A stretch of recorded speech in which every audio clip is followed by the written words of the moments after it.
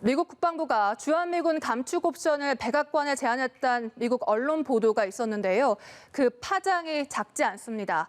도널드 트럼프 대통령 취임 이후 주한미군 감축 문제는 지속적으로 이슈가 되어온 사안이긴 합니다. 하지만 이번엔 오는 11월 미국 대통령 선거를 앞두고 있고 한미 방위비 분담 협상이 지연되고 있는 상황과 맞물려 있어 분위기가 예전과는 다르다는 분석도 나오는데요. 이번 보도의 내용과 배경 그리고 앞으로의 전망까지 이상현 기자와 함께 짚어보겠습니다. 어서 오십시오. 네, 안녕하세요. 네, 이 기자, 먼저 미국 언론 보도 내용부터 자세히 살펴볼까요? 네, 미국 월스트리트 저널의 17일자 보도입니다. 골자만 말씀을 드리겠습니다. 미국 네. 백악관이 그러니까 지난해 가을이죠. 아시아, 유럽, 아프리카 등지에서 미군이 제대로 철수하기 위한 방안을 제시할 것을 국방부에 지시했다. 이런 내용입니다. 그에 따라 국방부는 같은 해 12월 중국, 러시아와의 경쟁을 위한 전략이라든가 아니면 미국의 순환 배치의 중요성 등을 반영한 다양한 아이디어를 백악관에 1차로 내놨고요. 이어서 올해 3월에는 주한미국 감축을 포함한 상당수의 옵션을 국방부가 백악관에 제시했다. 이런 내용입니다. 그러니까 엄밀히 말해서 주한미군만을 겨냥한 정책이다. 이렇게 보기는 조금 어렵고요. 네. 전 세계의 미군을 어떻게 재배치하고 주둔 규모를 어떻게 변경할 것인가 이러한 것들을 전체적으로 검토하는 과정 속에서 주한미군 감축안도 옵션으로 제시되고 보고됐다. 이렇게 볼 수 있을 것 같습니다. 월스트리트 저널은 이어진 보도에서 해외 주둔 미군의 철수나 감축과 관련된 미국의 정책이 올해 결정되어 온 과정에 대해서도 이제 보도가 나왔는데요. 트럼프 대통령이 당초에는 아프가니스탄, 독일, 한국에 주둔하는 미군을 철수하라고 이제 국방부를 압박해 왔는데 예상과 다르게 당초에는 아프가니스탄에만 초점이 맞춰져 있었는데 올해 갑작스럽게 독일에 주둔하는 미국에 대해서도 철수가 이루어지게 됐다. 결정이 이루어지게 됐다. 그런 보도도 나왔습니다. 네, 그런데 사실 주한미군 감축설은 트럼프 대통령 취임 이후 꾸준히 나오던 얘기여서 이게 왜 유독 이번 상황은 좀 특별한 건지 그 부분도 궁금하거든요. 네, 그렇습니다. 사실 도널드 트럼프 대통령은 익히 알려져 있다시피 취임 이후에 미국이 계속 세계의 경찰을 할 수는 없다. 한국은 부유한 나라니까 방위비를 더 내야 한다. 그런 압박성 발언을 계속 해왔습니다. 관련 언급을 한번 보시겠습니다. 네. And I'm not only talking about Germany, by the way, I'm talking about plenty of other countries. 네, 이처럼 트럼프 대통령은 그동안 독일 등의 이제 유럽 국가나 한국이 비용을 더 부담하지 않는다면 현지에 주둔하는 미군이 감축될 수 있다는 엄포를 꾸준하게 해왔습니다. 하지만 이번 보도를 보면 조금 관련된 상황이 다른데요. 첫 번째로는 방금 말씀드렸다시피 도널드 트럼프 대통령이 34,500명 규모의 독일에 주둔하는 미군 가운데 9,500명의 철수를 실제로 추진하고 있다는 점입니다. 네. 미국 내 여론과 서유럽 그러니까 나토 국가들의 적극적인 반대 의견이 있음에도 불구하고 트럼프 대통령이 예상 밖으로 이러한 정책을 강력하게 밀어붙이고 있는 상황이라는 점입니다. 또 하나는 마크 에스퍼 국방장관의 언급인데요. 에스퍼 장관은 최근 배포된 국방 전략을 돌아보고 소개하는 자료에서 몇 개월 내에 인도태평양 사령부 등 몇몇 전투사령부의 미군 재배치 문제에 대한 검토를 시작하겠다 이렇게 밝혔습니다. 사실 미국은 그동안 중국 견제를 위해서 인도태평양 전략을 국방정책 우선순위에 두고 해외 주둔하는 미군의 재배치 전략에 대해서 새롭게 꾸준히 검토해왔기 때문에 이러한 에스퍼 장관의 언급이 완전히 새로운 것은 아닙니다. 그럼에도 불구하고 지금 때맞춰 주한미국 감축 옵션 관련 보도가 나온 상황에 이러한 언급을 했다. 타이밍상 주목받고 있습니다. 네, 그러니까 단순한 엄포가 아닐 수도 있다라는 분석이었습니다.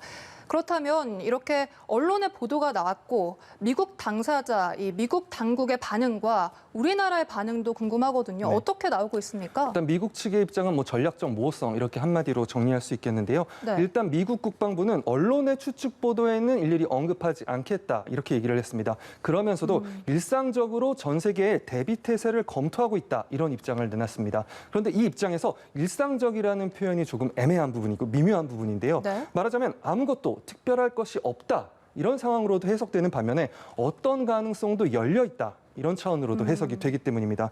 그러면서도 미국 국방부는 또 하나 중요한 포인트인데요. 네. 지금 말씀하셨다시피 지금 협상이 지연되고 있는 한미 방위비 분담금 협상과 관련해서 한국 측의 증액이 필요하다. 이런 입장을 또 한번 강하게 재확인했습니다. 그러니까 이러한 상황인 만큼 미국 측이 주한미군 감축 사안을 방위비 협상과 연계하려는 숨겨진 의도가 있는 것이 아니냐 이런 분석도 나오고 있는 상황입니다. 일단 여기에 있어서 우리 국방부는 주한미군 감축 등 문제에 대해서 한미 간에 논의된 바는 없다 이러한 입장을 재확인하고 있습니다. 네, 그래서 많은 전문가들이 지적하고 있는 부분이 이 주한미군 감축서를 방위비 협상과 연계해서 좀 압박용 카드로 쓰는 것이 네, 아니냐 그렇습니다. 이런 분석이 나오고 있거든요. 네, 그렇습니다. 지금의 정황을 보면 상당히 유력한 분석으로 보입니다. 한미 방위비 협상은 이제 작년 말까지 타결이 됐는데요. 네. 한국과 미국 간에 이제 입장차가 워낙 크다 보니까 지금까지 평행선을 그리고 있습니다. 미국은 작년 한국의 분담금에서 50% 증가한 13억 달러, 우리 돈 1조 5천억 원 정도를 요구하고 있고요. 한국은 여기에 맞서서 13% 인상안을 고수하면서 양측이 아직까지도 접점을 찾지 못하고 있는 상황입니다. 양측의 차이가 큰 상황이라고 할 수 있습니다. 이것을 두고서 이제 이른바 협상의 달인이라고 불리는 트럼프 대통령이 한국의 양보를 끌어내기 위해서 강경한 전략을 쓰고 있는 것이 아니냐 이런 분석도 나오고 있습니다. 그러니까 일종의 트럼프 대통령식의 벼랑 끝 전술이 아니냐 이런 얘기입니다. 네. 주한미군이 이제 사실상 놓고 봤을 때 주한미군이 한국과 동북아의 평화 안보에 차지하고 있는 어떤 상징적인 의미나 한미 동맹에서 주한미군이 차지하고 있는 어떤 상징성을 봤을 때 미국이 이렇게 강하게 나왔을 경우 한국이 적극적으로 대응하기가 쉽지 않지 않겠냐 이런 분석을 미국이 하고 있는 것이 아니냐 이런 판단이 나오고 있는 것입니다. 일단 방위비 실무 협상은 이제 우리 외교부 쪽에서 이끌고 있는데요. 외교부 차원에서는 지금까지의 실무 협상 과정에서 방위비 협상과 주한미군 감축이 연계돼서 논의된 바는 없다 이러한 입장을 지키고 있습니다. 네, 그렇다면 만약 트럼프 대통령이 마음만 먹는다면 주한미군 감축이 쉽게 바로 이루어질 수 있는 건가요? 결론부터 말씀드리자면 쉽지는 않지만 불가능하지도 않다. 라고 말할 수 있겠습니다. 아마도 주한미군 일부가 감축돼서 미국 본국으로 돌아오게 된다면 일단 그 가족들부터 굉장히 환영할 것 같습니다. 11월에 미국 대통령 선거를 앞두고 있는 상황에서 도널드 트럼프 대통령으로서도 치적으로 내세울 수 있는 부분이기도 합니다. 하지만 미국 정치권이나 여론의 입장은 주한미군 감축 방안에 대해 우호적인 것만은 아닙니다. 도널드 트럼프 대통령과 일단 대척점에 서 있는 민주당은 물론이고요. 트럼프 대통령의 친정이라고 할 수 있는 공화당에서도 반대 여론이 작지 않은 상황입니다. 공화당 벤세스 상원 의원은 이런 종류의 전략적 무능은 지미 카터 수준으로 취약한 것이라고 지적했는데요. 네. 그러니까 지미 카터 대통령 시절에 주한미군 철수를 추진했다가 한국과 마찰을 빚었던 사실이나 소련, 이란과의 관계에서 외교적 실패를 겪은 사실을 빗대서 이렇게 말한 것으로 보입니다. 또 같은 당의 마크 그린 하원 의원도 중국과 맞서는 데 있어서 한국과 협력해야 한다. 한국이 필요하다 이렇게 얘기를 했고요. 야당인 민주당 소속 애덤 스미스 하원 군사위원장도 북한의 전쟁 도발을 억제하기 위해서는 주한미군이 필요하다 이렇게 비판했습니다.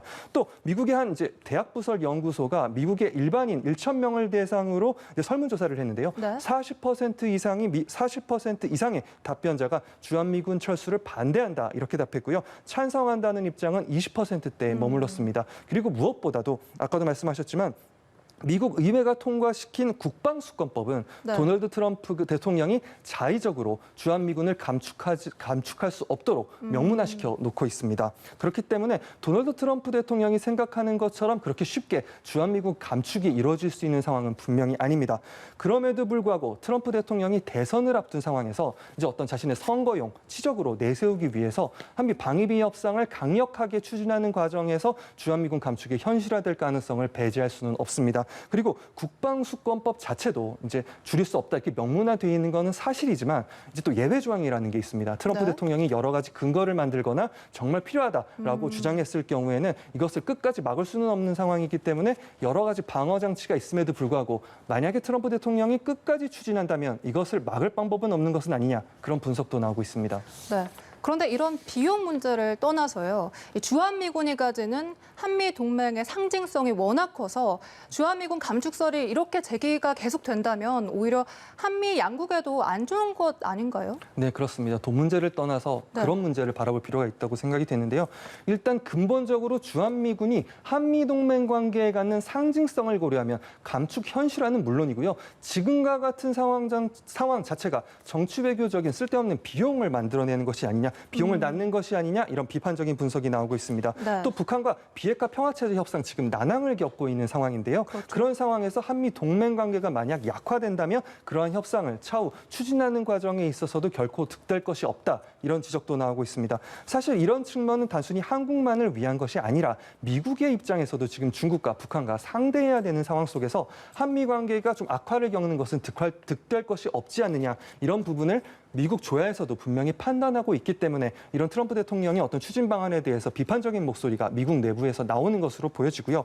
그런데 다만 이제 한 가지 이런 부분은 있습니다. 네. 이제 미국 대선을 앞두고서 옥토버 서프라이즈 10월에 이제 깜짝 카드설이 나오고 있거든요. 북미 간의 주한미군 감축 문제가 그러니까 북미 간의 협상 과정에서 깜짝 카드가 될 가능성을 배제하기 어려운 것이 아니냐 이런 의견입니다.